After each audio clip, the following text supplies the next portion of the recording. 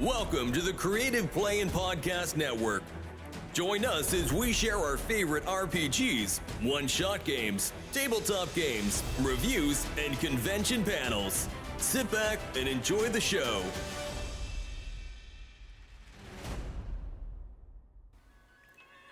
Hi, this is Kelly, aka Trixie from Ragnarok and Roll, assigned to Ragnarok Story, and Tilda Wimblewick from D&D Journey of the 5th Edition. First off, I would just like to say thank you to everyone for listening to our varied adventures, as well as for rating us on iTunes and RPGpodcast.com. If you haven't rated us yet, we would greatly appreciate it if you could. And if you're looking for more ways to support our efforts, we are now on Patreon, a great site where you can help us continue making more podcasts, as well as some special surprises for our patrons. If you can, please look us up at www.patreon.com/cppn.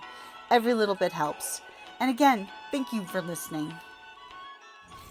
Thanks everybody for showing up. Appreciate it. My name is Luke Gygax. Fortunate enough to be a guest here at Tucson Comic-Con for the first time this year. I've met a lot of great gamers and having a good time, so thank you for the hospitality. There's some seats up here in the front, sir, if you want to. I'm just messing with you. I'm just kidding. I always hated that when you sit in the back and feels like, you can sit up here. I don't want to sit up here. That's why I'm supposed to sit back there. All right, I'll feel important. I'll be up here talking on the stage. Run away now. That's right. I got to do practice my turn. Hit the 3 spots. All right. My age, I might pull a tendon doing that. All right. All right. So, kind of the agenda of what I'm going to talk about today. It's growing up Gygax. My father created Dungeons and Dragons. Co-creator of Dungeons and Dragons. Created that in 1974. Prior to that, he was a war gamer, and created war games and rules variants and stuff like that for a niche community, really small community. There were war gamers, but he was popular. He was well known in that. But D&D was obviously a huge cultural phenomenon, right? That's changed the world. So for me, he was my dad, right? When he passed away, I didn't really realize how important it was to, especially to other people, how influential he was in people's lives. And I'm guessing he was influential. Dungeons and Dragons was influential in your lives because you're here now listening to me talk, right? But I didn't really realize that. So when he passed away, people would start asking, "What was it like?" Even before he died, honestly, to be honest with you, what was it like growing up in his household? Well, it was normal, right? So I didn't have much to base it on. But I've gotten that question answered enough that I did a little thought. It's like, was it that much different? What was it that was different about my upbringing than other folks? Was it substantially different or not? And so I figured, why not do a presentation, get a chance to talk about a little bit what it was like growing up in my household, some of the fun stuff that we did, some of the background about my dad, some things that people might not know about, and then give you my conclusion to it, and field your questions. So I think that's important. I'd like to hear from you guys. Hey, what questions do you guys have? What would you like to know? So my agenda is kind of just introduce myself a little bit, talk about what makes D&D special, at least in my estimation. Who was Gary Gygax, and how did he come up with creating this role-playing game? What was the status of my family when he created the game? What was it like? What was our lives like? Talk a little bit about the rise of Dungeons and Dragons. What was the same, what was unusual between maybe me and you and your lifestyle? And then time for questions with you guys. So that's kind of an overview of what I'd like to talk about today. A little bit about myself. I am a retired Army officer. I was retired last year. Yeah, right? Absolutely. Was not airborne. I was a leg for a little while. Never went to airborne school. Perfectly good airplane. Why would I jump out of that?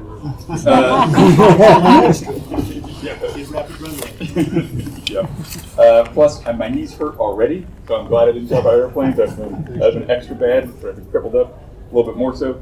I'm a role-playing game author, husband and father of 3 daughters, who you can meet my wife and daughters in the gaming area, if you haven't seen them there, and also Grogu, my dog.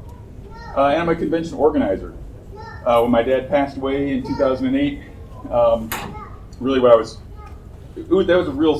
a life-changing moment for me in lots of ways. If you've lost a parent, that's just something that kind of changed your perspective in life. So if you got your parents, still, make sure you call them, give them a hug, tell them you love them. That's just a good thing to do, in my estimation. Go ahead and take that opportunity. But there was this massive outpouring from people around the globe that messaged us and wrote, or I was in recruiting at the time, and people called my phone, like senior officers and stuff, and I answered because I'm in recruiting. You're gonna answer your phone, right? Even though it's the day my father died. And they were like, "Oh, I didn't expect you to answer the phone, but I just want to tell you how important this was. And I'm really sorry for your loss. You shaped who I was, and kind of my future or my path in life." And I heard this over and over again, and I was like, "Wow, okay, I didn't realize this." And people even said, "I am going to drive to Lake Geneva." Well, I did not know the man, but I'm going to drive to Lake Geneva to pay my respects. I was like, "Man, what are we going to do when people show up? They can't really come to the funeral. It's a small private affair." I thought, well, what did Dad love to do so much in life is play games with people. And where were some of my fondest memories was in a little tiny place, the American Legion Hall in Lake Geneva. And we would, as a kid, I'd go there and play games, and it was just awesome. Everyone would let me walk up to their table and explain a game to me, and I could sit down and play. If I was like 6, 7, 8 years old. I thought, well, this would be a great place to remember Dad. So I rented out the place. My brothers and sisters brought dishes to pass. And we just had a really nice time. People played games. We had the D&D cartoon playing. We had a podium set up, so if someone wanted to share a story about my dad, they could. And that was so much fun that afterwards, fun. It was fun. We were celebrating his life. A death is sad, but it's also remembering what they did, right? I think that helps keep people alive in a way. It's to memorialize them. And I think the more people who remember you and keep your name alive on their lips, it speaks to the kind of person that you were and the impact you made in the world. And Jolly, I was there with Jolly Blackburn and Harold Johnson, who worked for my dad years and years ago.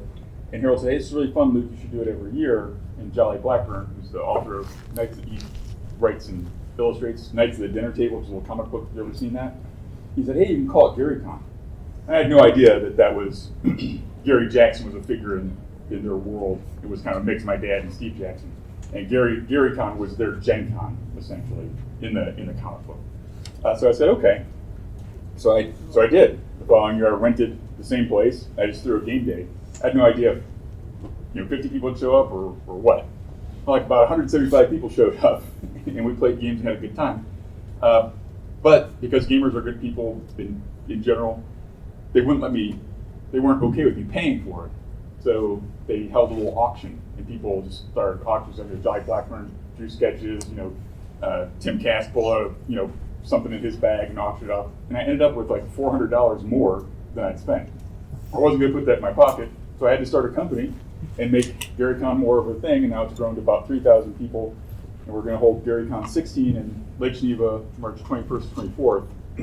So if you're interested in coming to Lake Geneva, where the game was written, and hanging out with a lot of the past and present important figures in gaming, anywhere from, like I mentioned, Tim Castor, Jim Ward, all the way to Mike Merles and plenty of other folks. They're there. You can go to the website garycon.com and kind of see who our guests are. Search it, do some reviews, whatever. Ask your friends. I think it's worth going to. Anyway, so I organize that convention. So that's kind of what I've been doing. Since I retired, I've taken to writing and convention organizing full time. And believe it or not, I don't know how I did it while I was in there. This is a lot of work, man. It is. It's a ton of work, yeah. If you're organizing a convention, yeah, give them a round of applause because, seriously, it's tough. And you don't get enough thank yous, right? But if something goes wrong, everybody knows who you are. When it goes right, you usually just, the reward you get most of the time is seeing people's smiling faces, right? Yeah. That's it. That's really that's the real reward. It is. That's what keeps you coming back, because throughout the year, you may just have there's moments where your blood is boiling or whatever, just want to beat your head against the wall. But the Sunday when you're walking around and see all the smiling faces, totally makes it worthwhile. All right, so what makes D&D special? Why is this game, more impactful than chess or, poker or backgammon, something like that? I think we take a lot of what Dungeons and Dragons brought into gaming for granted now, especially if you're a little younger, because it's always been there for you, right? I grew up with it. I've never not known this stuff. I just happened to be close enough to it where I've put some thought to it. So it's a revolutionary game. It is a brand new genre of gaming. It's the first new game genre that was invented in, I don't know, 1,000 years or more, right? All these other games existed. You had card games, you have dice games, you have board games, you have war games, etc. D&D has no board. There's no map, there's no boundaries. Your only limitation is your imagination. That's revolutionary. Think about it. If you play a game of Monopoly, you can't decide to roll the dice and go sideways off the map, can you? Right? Can you move the wrong way around the map? Can you go teleport across kitty corners? No, there's a prescribed way where you go around the map, and that's how it works. You're limited by it. That is your boundaries. You can't go to the next city over or whatever it is. It is cooperative instead of competitive. I think this one's really huge. This changes stuff. Every other game, winners and losers, right? If you're playing Risk, you're going to play all the way to the painful, slow end of that game. I don't know how I played this one as a kid. Back and forth, until someone is crushed, and you can stamp on their throats, and you are the victor, and you've killed them all, right? That's it. So that's a very different mindset than Dungeons and Dragons, where essentially, in just about every game, unless you're some oddities, you are working together as a team to overcome challenges that are put in front of you. And you rely on the people around that table, right, to support your actions, or you're supporting their actions, and you all rise or fall together, right? And if something happens to you, your friends, that's what they become, your friends, right, are on the table, they're going to help you out. So that's a very different mindset, and I think that teaches us things about life and gives us certain attitudes and skill sets that changes how you look at the world. The idea of progressive advancement. So this is common now. When you see birthday cards that are not for gamers, and it talks about leveling up, right? Happy level up day. But where did that come from? Came from D&D, right? When you're playing various games, you'll see leveling up, you'll see armor class, hit points, all these sorts of things that are kind of just taken for granted. No one thinks about where they came from. But it's pervasive and throughout culture. That's revolutionary. When you're playing Monopoly, let's say you win Monopoly and you're the shoe. The next time you get out the game, you open it up, you say, okay, I'm the shoe, I get a +1 on all my die rolls because I won last time. No, you don't, right? You just start it again. They're like, listen, you set it up the exact same way and you play it. You don't continue the game on. There's no, I'm going to make superstructures on these hotels now or whatever it is. That's it. It's like the game's done. It's not a continuing saga. In Dungeons and Dragons, there is no end. Right? You decide when it's going to end. And you get to progress in levels, progress over time, build your character. Right? I basically touched on it. There's no set end or victory condition. Monopoly, you wipe out everybody else, put the game away, get it out again. Risk, same thing. Draw some cards, set up, same stuff. Settlers of Catan, same. Okay. D&D, you make your own, you decide when you're going to stop. Or TDK. All right, so D&D, and all right, get some mood lighting. All right, now we all just died. Okay. There we go. Well, it's so funny because the engineers just walked out. Yeah, see, maybe it's. You got your segue. I do. I'm going to need a segue. I'm getting old right in the segue. Oh, so you look at that. All right. Well, let's see if we got some. That's our agenda. Some pictures, but you actually get to see my kids here and my dog, so that's probably the best part. Is there. You can see a young me as a young infantryman up there, and a little bit older logistics officer in Iraq on that side. I know I sell stuff now, so you can go to my booth and buy some things. I should probably tell you that too. It's a good thing. All right, what makes D&D special? Well, there you go. Funny shaped dice, right? Funny shaped dice existed prior to D&D, but man, are they more prevalent now, right? Pretty cool. But there were funny shaped dice beforehand. I think someone found an icosahedron or twice-sided die from Egypt thousands of years ago. I don't know what they used it for. Maybe they were playing D&D. Maybe we rediscovered it. I don't know. Maybe that's the case. Maybe they came from the aliens. It's ancient aliens. What do you think? Could be the reason. Ancient aliens brought D&D down, got lost, and it's rediscovered. Sounds like a good story. All right. All right. So D&D and RPGs are really entrenched. They're entrenched in our culture at this point. If you think about it, what was like one of the biggest shows that's been on TV in the past, I guess probably been 5 years ago now, something like that. I mean, Game of Thrones, right? George R.R. Martin is a nerd. He's a gamer like us, right? And that's why he wrote that. Now, I'm still angry at George because he killed all the good guys. I stopped reading stupid books. Yeah, I stopped reading. He made me mad. He never finished the books. Oh, you never finished. That's right. That's right. I was happy when D.B. Weiss kind of took over and kind of wrapped it up, right? Dan did a nice job. The Red Wedding. The Red Wedding was, oh man, I was so mad when I read that. So great storyteller, right? Because I cared. So hats off in that regard, right? I really like Ned Stark. Oh, so spoiler alert. I thought he was going to be the king. I know. I was like, okay, I see where this is going. No, it didn't go that way. I was like, okay, this one time, I get it. Okay, now I'm invested. And then, yeah, that was it. When all the good guys are getting killed, I was like, I'm done with you, dude. But yeah, video games. Multiple billion-dollar industry, right? Way bigger than tabletop gaming, right? Huge. And World of Warcraft was a giant one. Elder Scrolls, I mean, I don't know if you guys know who Zeb Cook is. David Cook, Zeb Cook, heard of him? So he did 2nd edition D&D. He just retired from the company that does Elder Scrolls. So I can't remember. Okay, there it is, yeah. So he retired there. Keith Baker worked for Zeb Cook when he was first there too. So Keith Baker created Eberron, so he's another game designer, a nice guy. But those are tons of guys. Ed Stark as well worked for TSR and did D&D stuff, and now works in video games. So tons of crossover. Lauren Schick is another one who's really D&D players. But they took stuff from tabletop and went into this new environment of video games, right? And of course, the blueprints, the DNA, the structure of RPGs is all over video games. I don't know if J.K. Rowling played D&D, but she sure as heck helped, benefited from an audience that was more receptive to fantasy and sci-fi and that sort of thing, right? And boy, oh boy, kids today are all about magic and wizards and spells and wands and stuff like that. A lot of that's due to, the pervasive, major authors and how pervasive fantasy is.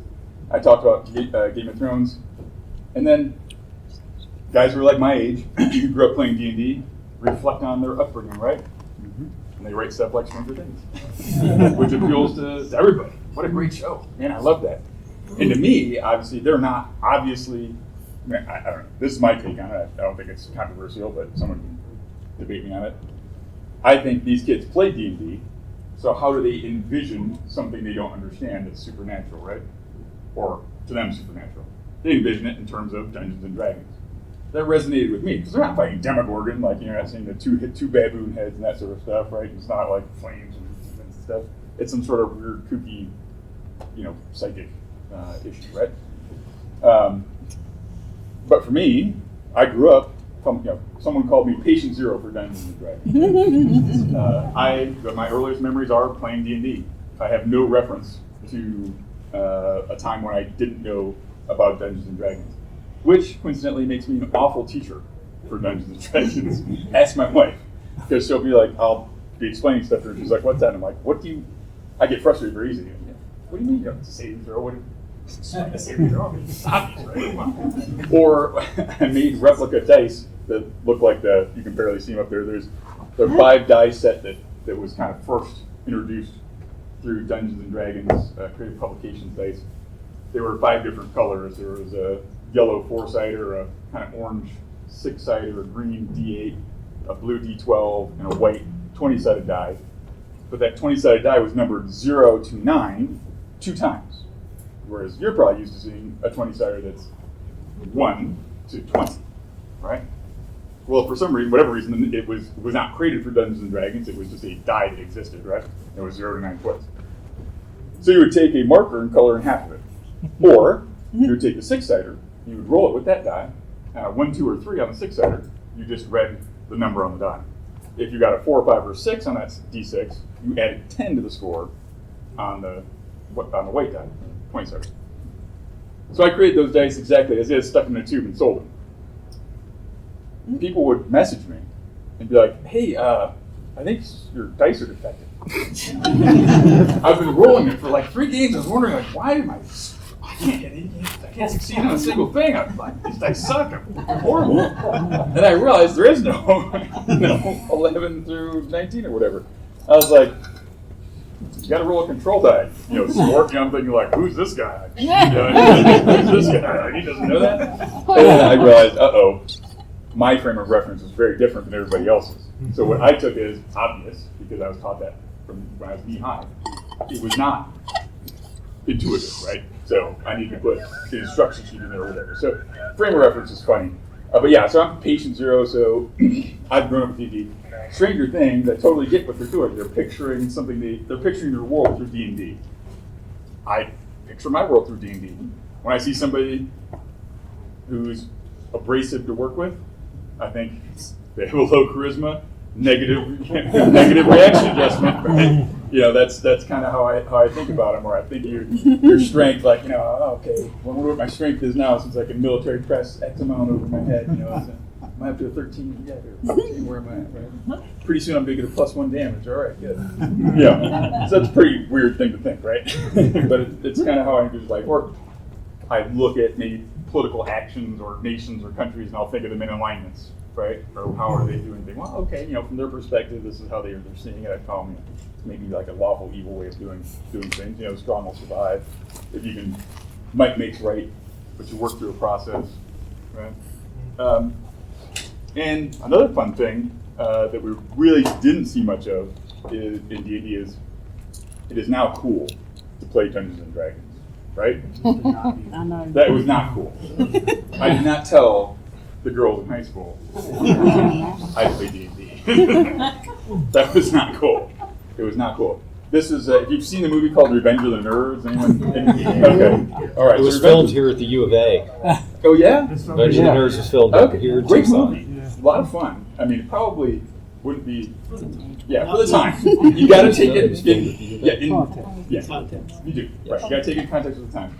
If you're showing younger viewers, I would show my daughters, they'd be like, what the heck is this? It's like, wow, these are terrible ideas. How would you say? But the one thing that got kind of really correct was there were cool kids, and those were like jocks and preps, right? The preppy ones and that sort of thing. And then you had your nerds, who tend to be a little bit more cerebral, right? But you get picked on sometimes if you were a nerd. You get, pants to get your books knocked over or that sort of stuff. That's not the way it is now. Because guess what? The smart ones grow up to be your boss. Right? I think people realize this. Now they have D&D club in high school. Well, yeah. What? So that's recognized. Our daughter's in D&D club in high school. That's awesome. Yeah. I thought you were saying when you were in high school you had that. No, we were not that cool. No. So that's really cool. If you had that, that's like really cutting edge stuff. No, we were still in hiding back then. Yeah. So I went to a military high school for the last couple of years of my school, and it was pretty cool because the padre, the Episcopalian priest who was at the school, he ran a D&D club, so he liked D&D. So there's no satanic panic scares or anything like that, and we were on that. Even in the military, only the nerds played D&D. Yes, yeah. But you can convince a lot of people to play because you're stuck in the middle of nowhere for a long period of time. You're like, check this out, and like, okay, this is actually better than playing spades all the time, or whatever it is. So that was fun. But playing D&D is now cool, and why is that? I'm going to say, yeah, sure, celebrities play D&D, but who else plays D&D or play D&D? It's very successul people like your Elon Musk and this guy who made Microsoft, that guy, I can't remember. Bill Gates. He's a D&D player. Sorry, I forget names sometimes. It wouldn't surprise me if Zuckerberg was a gamer. I don't know how to claim that guy either, though. But what I didn't know, and what I was kind of surprised to find out, I liked heavy metal in the late 80s, right? That was cool. Metallica, right? That was and it's an old school band now, like, you know, kind of like liking, I don't know, Fats Domino or something from when I was a kid. If you're a young person, right? I don't know, something like that. Something my dad would listen to. Anyway, that was super cool, though. All right, you saw Stranger Things. I like Metallica too. But as Joe Manganiello and Kyle Newman are a couple people I met through D&D, and they were directing the 50 years of D&D documentary. So Joe would text me a lot of times, sometimes when we'd call. He'd be like, "Dude, you'll never believe it. I'm meeting with Kirk Hammett, and we're going to talk about when Metallica played D&D." I was like, "What? They were gamers? Holy crap!" And I guess, you know, Cliff Burton taught them how to play D&D. He was a couple years older than them, and so he would DM them. Anthrax was another heavy metal band, not quite as well known, but Scott Ian, I think, was the lead singer, if I remember correctly. He played D&D as well. So, and then of course, tons of people who've grown up to be writers, video game creators, and actors. Played D&D, discovered their love of storytelling, and I would argue more importantly, got practice storytelling that gave them an advantage in the workplace to do that. I would also argue that Dungeons & Dragons gives each and every person who plays it advantages in life. You don't realize it. You don't realize you're building skills. You think you're having a good time. But you are learning how to be a persuasive speaker. You're learning how to lead in small groups. You're learning how to do problem solving, right? Plus a little bit of math, a little bit of reading, increasing your vocabulary. If you are not comfortable speaking in front of groups, some people be nervous speaking in front of a group, right? I've always been speaking to groups, right? Maybe small groups. That's, if I can get up and talk to people, it's not that big of a deal, right? So you can overcome some of those fears. If let's say you're a quiet, shy person, you can find out who you are a little bit more so. If you have questions, there's lots of different things you can question your personality. You might try out being more assertive, less assertive, not sure. You know, how do I feel comfortable in my body? How do I identify my gender, right? Talked to a lot of people who started playing characters of an opposite gender, and it helped them identify if that was something that was more comfortable for them or not, right? So you get to rehearse, you get to practice skills, ideas, concepts. And because we're all working together in this cooperative environment, do people judge you for that in game? No, you're just playing your character, right? And you can take some of those skills and apply them to the real world. And I wondered why I was always put in leadership positions when I was in the military from first joining. It was probably because I wasn't afraid to speak up. I would take charge. I do those sorts of things, right? So that serves you well. It would serve you well in corporate America too. So, I think I probably segued a little bit past where I want to go. But anyway, it's not. I don't need to stick to a particular agenda. All right. So that's why D&D, I think, is super cool, different, revolutionary, in how it is really insinuated itself through our culture and impacted indirectly. I'm going to say billions of people indirectly through video games, right? Certainly not through role-playing games. Tens of millions of people play role-playing games. Billions of people play video games. So, and that's pretty amazing. Not too many people get to even indirectly influence that many people in some way. All right, so who was Gary Gygax? Who was this genius, right? Well, not always a genius, but you'd be the guy who'd tell me, do the dishes. Why didn't you mow the lawn? So he was the dad. But who was he? He was a voracious reader. He loved science fiction and fantasy. He would read tons of that stuff. Later in life, he also enjoyed history. So he'd read a lot of history, psychology, interesting ideas that would help him formulate worlds and settings and games, that sort of thing. But he loved to read. He was a games aficionado. He would play anything from chess and variants of chess, shogi, Chinese checkers, pinochle, bridge. And his mom liked to play bridge, so he played a lot of bridge, poker, pretty much any kind of game that you could play. He loved railroad games, so if you play Rail Baron or Empire Builder or Rails West or any of those games, he loved that sort of stuff. Any kind of game. In fact, we bought a house when I was a kid in Clinton, Wisconsin. It had a circular driveway, so it was a little bit bigger circular driveway, and big yards. We needed a riding lawnmower. So there was an old riding lawnmower that came with the house and a new one.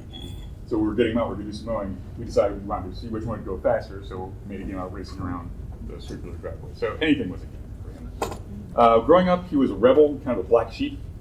He dropped out of, he skipped school a lot. He dropped out of high school at 16.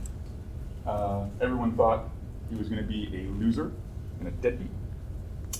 Basically, school bored him, and he didn't like to follow what he thought were kind of pointless rules. He wanted to do his own thing. He did fall in love with gaming. I'm not sure exactly how he got introduced to wargaming, but in the 60s, he was an amateur game designer and would make rules variants to like games like Diplomacy. He created Alexander the Great. That was one of his games. So he'd spend a lot of time doing that. He was a family man. He married my mom. I think they were both like 19. They were very young. They got married, moved to Chicago, and my dad worked for an insurance company there, Fireman's Fund, and he was an insurance underwriter. So if you ever looked at the old Advanced Dungeons and Dragons DMG, you'll see a lot of tables and charts and stuff like that.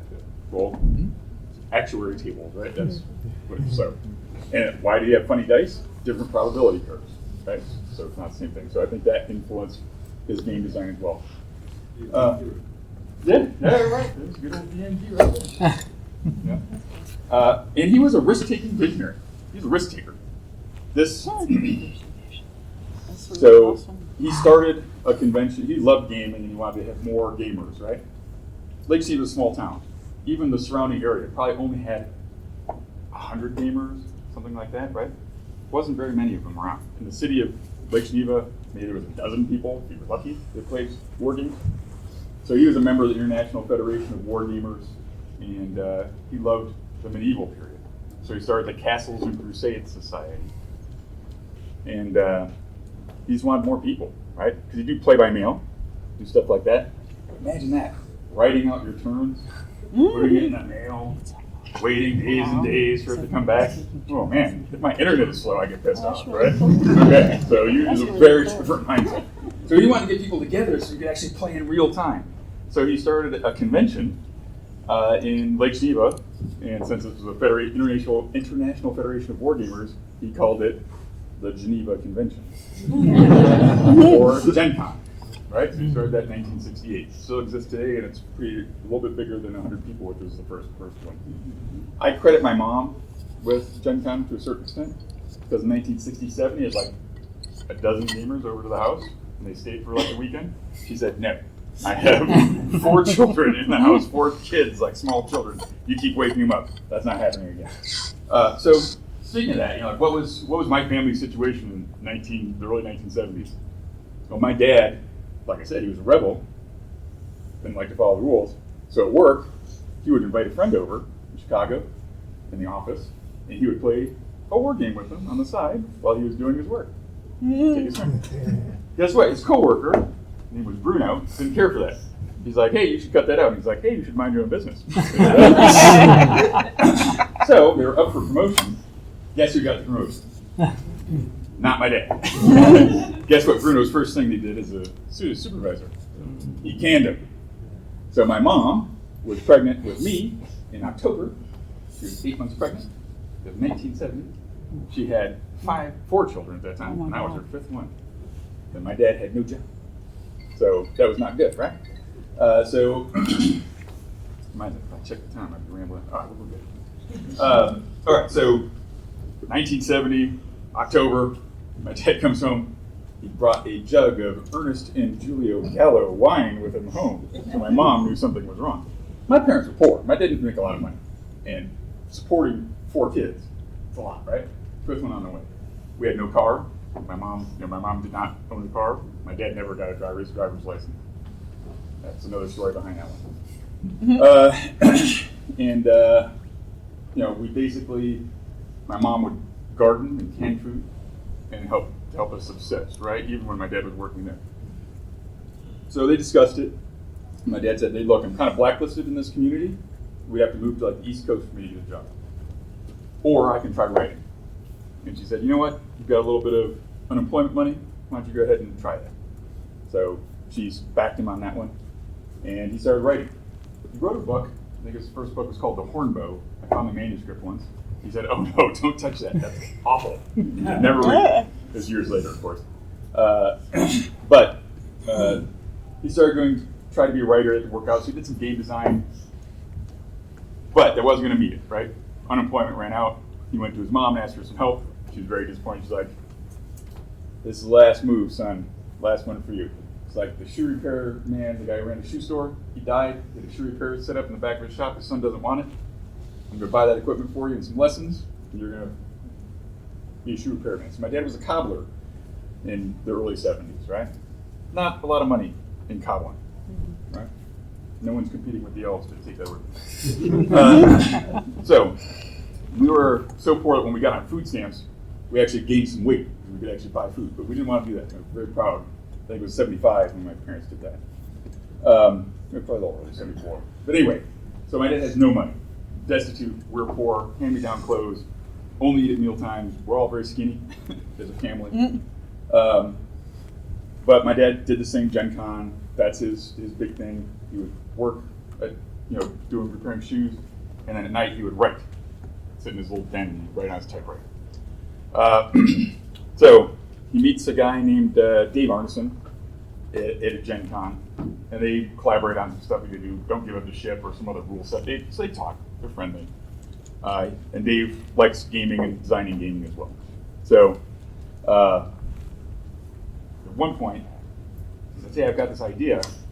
I basically took Dave Wesley's Braunstein idea, and I made it in a fantasy setting. So Braunstein was done, I think, in 68 or 69, where Dave Wesley, Army officer as well, he was major, he retired as major. He basically said, "Hey, instead of fighting armies, how about I just make this scenario in this fictional city, and you might be the military commander, you might be the mayor of the town, you might be the rebel leader in the town, you might be like the head of the merchants guild or something like that. You all have these different victory conditions. I'm the referee, and you're all trying to get to your conditions, and you're going to talk to one another, right? And I'm going to resolve from what the information you give me what happens each turn. We're going to play so many turns, right, and figure it out." So that was a pretty revolutionary idea, right? So Dave Arneson took that and said, "I'm going to take this idea and I'm going to put you, instead of you're going to play yourself, I'm going to transport you to a world where you're going to go explore underground caves and dungeons." Okay, that's pretty cool. Didn't really have a rule set, didn't have statistics or any of that sort of stuff, but there was the idea, the concept of exploration. And if you were good at something, my understanding is he would say, "Oh, you rolled high on this, lifting up this rock and throwing it over somewhere. You rolled your 2d6 and you got a 12. You're really strong. You get a +1 on all your strength checks." Right? So it's kind of like an ad hoc thing, but it would carry over. So that's improvement. So there's some real great concepts that came from both Daves, Dave Wesley and Dave Arneson. So he talked to my dad and I said, "This sounds pretty cool. Show it to me." And so he came down in 72 from Minnesota with a couple people and showed him the game. It was like a light bulb going off for my dad. He's like, "Whoa, this is super cool." He'd been working on chainmail, which was a miniatures combat system, just kind of medieval combat, right? Where you'd use either small unit tactics or even man-to-man combat. Typically in a war game, one miniature figure, represented multiple people, right? Just like in Risk, each one of your pieces counts as an army, right? It's a similar kind of concept. Well, he boiled it down to man-to-man combat, right? And he added Appendix F, fantasy. Or the fantasy? Sorry, I'm drawing a blank. Well, it's a fantasy supplement. I don't remember if it was a particular thing. So it was a fantasy supplement. So you could take your historical miniatures game and you could insert a wizard throwing spells, or a troll, or a giant, or something like that. And that really was exciting to people. So obviously, that was going on concurrently. When Dave Arneson said, "Hey, how about taking people down and exploring underground and running these creatures?" I was like, "Oh, I could take chainmail and apply it to here, and we have a whole game. That's going to be pretty cool." So he set about designing this game and came up with it in 73. And he started pitching it. So the biggest game company was Avalon Hill. So he pitched it to them. They're like, "Gary, we know you. We know you're a talented designer and stuff. You've done some work for us. But come on, man. who's going to buy this? This is like a kid's game. We're a serious historical wargaming outfit. It's not going to fit in. But it's like, I could sell 10,000 copies. They're like, no. So they passed. So he went to his friend Don Lowry at Guide on Games. He ran it out of his garage, right? He's like, Gary, I can't take the risk. This is a big investment. I can't do that. Yes, I could sell 10,000 copies. Nope, can't do it, Gary. Sorry. So my dad was pretty brokenhearted, right? What's he going to do? He could barely feed his family, right? So his best friend, Don Kay, took out a loan against his life insurance policy. It came with like $1,000, maybe $2,000. That was a lot of money back then, right? Well, pretty substantial, maybe like 10 grand a day or something. And they printed the first D&D book, right? And then it sold from there, and it did better and better and better. And before you know it, we were able to buy a house, and I knew we made it as a kid. When I went to the store, I said, Mom, can I have this name brand cereal? King Vitamin was the cereal. Can I have King Vitamin? And she's like, yes. I was like, what? That's awesome. It's a cereal. I don't know if they still have this. Do they have bags of cereal that are like generic? Multi-meal. That's the crap we had to eat, like, corn pops or whatever the hell, like generic Snap Crackle and Pop, whatever that stuff is, and powdered milk and stuff like that. So yeah, I was living large. King Vitamin. So, my dad basically put it all on the line, right? Did nothing. He put it all on the line and did that. So, D&D happening took a lot of, it was a risk, a huge risk. If I was in that position, would I put everything I had behind an idea that was untested, especially with a track record of being considered like a loser and a black sheep? So people would make fun of my family, like, oh, look at that family. They're like so poor and undisciplined, having a bunch of children. They should really, abortion wasn't legal. They should really not do that. All right, so I just wanted to basically, the point of all that was, this was not a for sure thing, right? It took a lot of will. It took visionary, someone who was a visionary to do that.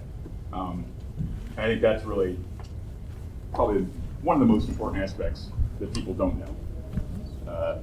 It took a lot of personal courage to do that. And would I do that same thing? Man, I don't know. I'll be honest with you, I don't know. Would you guys risk essentially like your fortune on something like that? Would your wives or husbands support you on taking that sort of big risk? They're pretty cool. So I gave my mom props for that. She definitely stood by his side and supported. And in fact, she would nag him about not getting stuff done and make sure it got done on time. So she was good at that too. And then what are the results? I kind of jumped the gun on that one. Man, look how it is throughout society. Look at all the good that D&D brings, right? I'm sure there's people in here who have overcome a personal adversity or a hard time through gaming and have leaned on that. I mean, is that true for anyone in here who's overcome like a learning disability, or maybe parents that were difficult, divorcing parents, parents who were sick, maybe like terminal illnesses? There's also some people who help them face and find courage from things like an abusive parent or a situation like that. So it's done a lot of good, and they've learned how to overcome those things and be strong. So besides just making you a better, more successful person, sometimes it can help you through periods of time where you didn't think you could make it on your own, right? And that game, and that character, and that circle of friends helps carry you through. So I think it's a little divergent from growing up Gygax, but I think that is a really positive aspect of gaming, and it's why I have really poured my heart and soul into being an advocate for D&D and the positive effects, and why I try to promote it, especially for everybody, all new players, but I think it's especially useful for young people. I think it's really helpful to me. So me, when I was growing up, I played D&D since I was 4. So played D&D at 4. It's pretty hard, right? I think that's generous to say. But I sat at the table, and I had my dice, and I had a pencil. I don't think I could read or write very well. But my dad I'd say, why are we doing this? And it was basically storytelling, right? I'd get to shake the dice, and he'd tell me what happened, right? So that was pretty cool. The games I played, the first game I played in, I played a ranger in in a town called Hamlet. Probably 1975. And this was a very early precursor of T1, Village of Hamlet, part of the Elemental Evil, Temple Elemental Evil cycle. So back in the day, D&D has evolved over time. So back in the day, it was more tactical and it was more deadly, right? So you'd have your player characters, right? And when you go into a dungeon or go explore or adventuring, oftentimes you'd hire men-at-arms, right? Basically, get war dogs, men-at-arms, stuff like that. So I was a man-at-arms that they hired, but I was really working for the druid in the town who was making sure that these guys were on the up and up and not secretly working for the bad guys, right? So that was my mission. That's what my dad told me behind the scenes. So later on, of course, as we mentioned, I was like, oh yeah, these are good guys. I told them who I was, and I joined the party formally and went on adventures through lots of interesting, throughout the world of Greyhawk, including the Giant series. Have you ever played that? Do people still play that? Is that still something? Giant series? G1? G1. Against the Giants, yeah. G1, G2, G3. So, Studying of the Hill Giant Chief, Glacial Rift of the Frost Giant Jarl, and something the Fire Giant King. What is it? Hall of the Fire Giant King? No? Going back a lot of years. I think these were the 70s guys. So. But they've been around for a while. They're classics. Those are good ones. So that, and then we descended and chased kind of the bad guys and the fire giants down underground into some tunnels.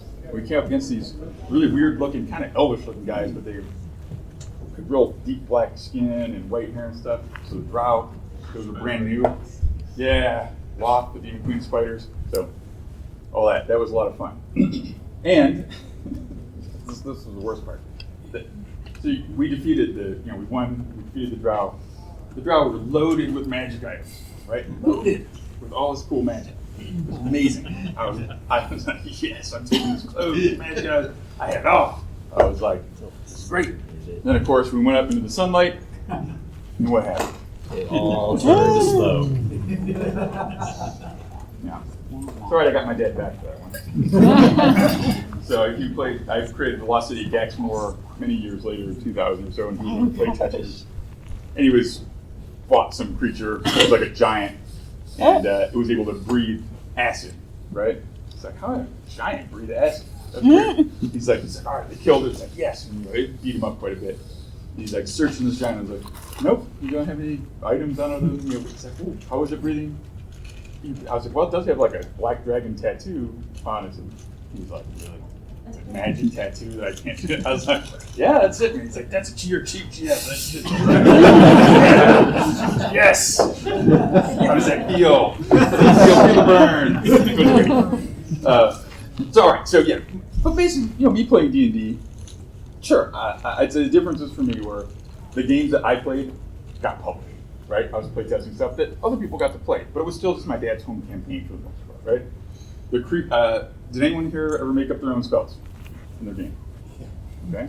Anyone write up monsters on their own? And just like, right? Yeah, we're looking at monsters. We drew maybe like castles and made NPCs and all stuff. Right? Okay. So I did a lot of that stuff too. Guess what? I had a conduit to the guy who was publishing stuff, right? So I was just doing a lot of stuff you guys were doing already, right? Mine was a little bit more likely to see publication, right? And the people I was playing with would have to be game designers and things like that. But I still went home, opened up the monster manual, and paged through it, and would dream about stuff, right? I'd get in the back of the DMG and look at construction costs and be building a keep and figuring out how much gold do I need to get, right? So in that sense, I think we share as different as some of the things were, and that I got to do it from a much younger age, and that I got to meet some pretty cool people and was participating in a creative process most of my life. It wasn't radically different than what I think many of you were doing, maybe just at 10 or 12 as opposed to from a younger age. Cool. I was very fortunate that I got to be inculcated in that experience and benefit from it. So, was it that much different growing up in my household? No, I don't think so. I think we share a lot. And I think that's also part of what makes this community good and why we feel comfortable around each other, right? I mean, I've heard people talk to me and express why they love GaryCon, right? For an example. They love GaryCon because they say it's like a family reunion. but it's with the family that I get to pick. It's my gamer family, right? And it's close knit, and everybody's there shares a lot of the same interests, right? And we understand each other, and we can talk nerds to each other, and people get it, right? Isn't that kind of why we come to conventions? Yeah. Right? Find like-minded people, enjoy that, to be able to share our nerdy peculiarities and stuff that we love with others who will appreciate it, right? So that's what it's about. So I'm not that much different than the rest of you guys. I just had a little bit, maybe it's a little bit more concentration of it. But I think we all share a lot of that together. So that's the conclusion I came to when I looked at it. We have a few minutes left, and think probably. Actually, we have actually, we're a little bit over time. Oh, are we over? Yeah, I thought it was an hour, man. No, I 3:50. Sorry. I apologize for that. I would have shut up a little bit earlier. Does anyone have any burning questions they gotta know? Yes. Yes. As a father, how do I support my daughter who does this, and I don't even know what a wizard is? Well, 8-year Bears fan, so that's pretty good. I mean, I was a teenager in the 80s, and I missed it. I was in my 20s and the 90s, and I just missed everything because I was a jock. Sorry, guys. I played professional sports, and I was just not in this, and now I have a 16-year-old daughter that's in this and in high school. And I don't know what to do. I'm going to take a guess and say that your daughter probably enjoys spending time with you, and that she's really excited that you're here. And if you listen to her, tell you what about it, and try to understand it, maybe that would be helpful, and she'd feel really like you're taking interest in part of her life, and that would be very exciting for her. And if you need a little extra credit, there's YouTube videos that'll talk to you and explain what Dungeons & Dragons is and how to play. And so you could watch those, and they'll break it down pretty simply, and it's just some that are very easy to digest, and maybe like 5 and 10 minute chunks that you could just watch here and there and help you understand. And so when she says something that you don't get, maybe it'll help kind of familiarize you with the topic. But I think just the fact that you're here and that you're willing is a giant step, so I applaud that.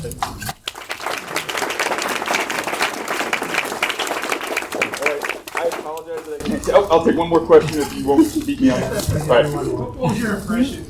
Is that D&D was thought of as a gateway to demonic? Preposterous, because my dad's like, come on, if I could throw spells, I would not publish them. I would. He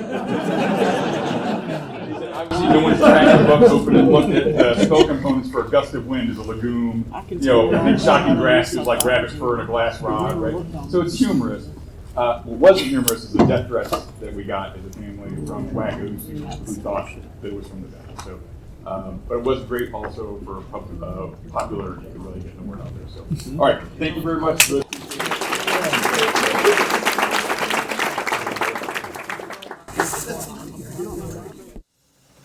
Thank you for listening to the Creative Play-In Podcast Network. If you enjoyed our show, please check out D&D Journey of the 5th Edition and Ragnarok Enroll a Scion Hero to Ragnarok Story. Also, check out our Patreon page for more content and behind-the-scenes things, as well as joining us for a one-shot game or two.